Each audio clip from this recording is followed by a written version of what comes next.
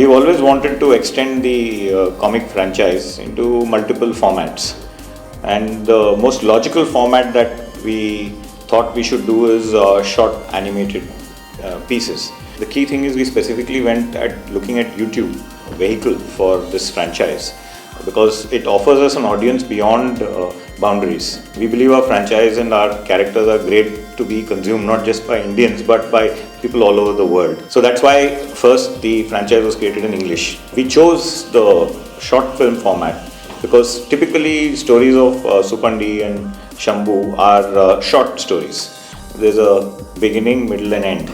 And we felt that with YouTube, the audience wants short, quick episodes. And the storyline also and the plots also suit that. So that's why we went looking at that as a format.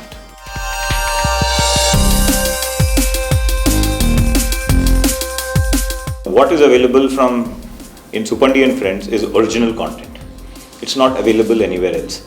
Much of what you see on YouTube is recycled content which is already played out on television or cable or somewhere or films. Suppandi Friends is India's and probably arguably the world's only first original animated children's channel. That in itself is a quite, according to us, an epic achievement. And it is not just static one-time content, it is episode after episode, and it will be a perpetual channel and it will spawn further channels going forward.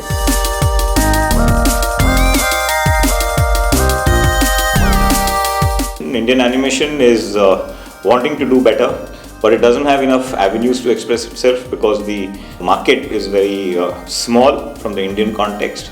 And in fact, what we are doing by breaking out of linear, shall we say, broadcasting formats is to create a bigger market for ourselves and hopefully for the Indian animation industry, because YouTube offers us the ability to reach millions of viewers across the world.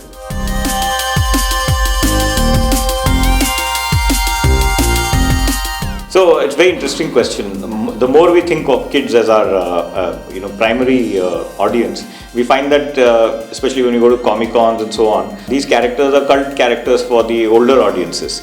For example, our Tinkle Digest, which the little book that we sell in millions of quantities. People buy it, adults buy it to read it while traveling or just to enjoy. I remember in the last Comic Con at Bangalore, there was a gentleman who came and said, I want to buy his whole box of Tinkle Digest. I said, why? He said, my sister-in-law is pregnant and she's going through mood swings and all that, and I wanted to give her a set of happy things to read, and nothing better than Tinkle Digest, and I know she loves these characters, so he bought this whole box of Tinkle Digest for his sister-in-law. So we see that kids have always been the core audience, but the same kids grow up and become adults and like the product.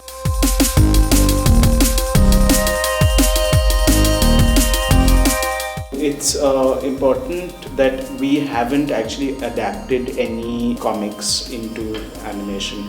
We've actually written original stories for this completely from scratch. We've had a little help from friends and freelancers and people like that, but we've developed content completely away from the comics that have been there for 30 odd years.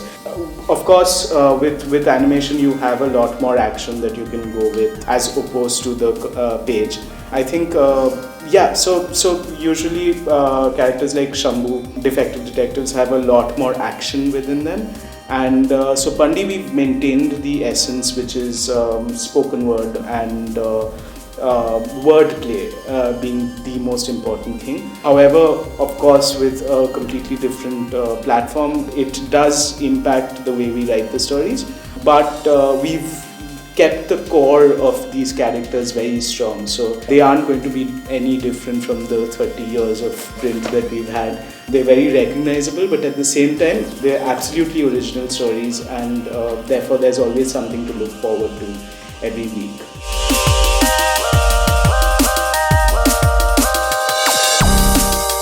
We've been lucky. It is really lucky that we have these characters that are so ingrained in our imagination, and therefore it's very easy to write for these characters as opposed to completely original stories. There is a lot of legacy that these characters come with. However, the challenges remain, and I think we've had multiple rounds of rewrites, we've had multiple rounds of edits. They've been much fun, as you can imagine, with these characters. But while challenging, we've also managed to make it quite easy for ourselves. Just sticking to what we know has worked for years and years and decades and 3 generations, as we keep saying, of audiences. I tend to say that, stories are stories and platforms are irrelevant as long as the story is right. And I truly believe that alignment will just happen because we've gotten the stories right, hopefully.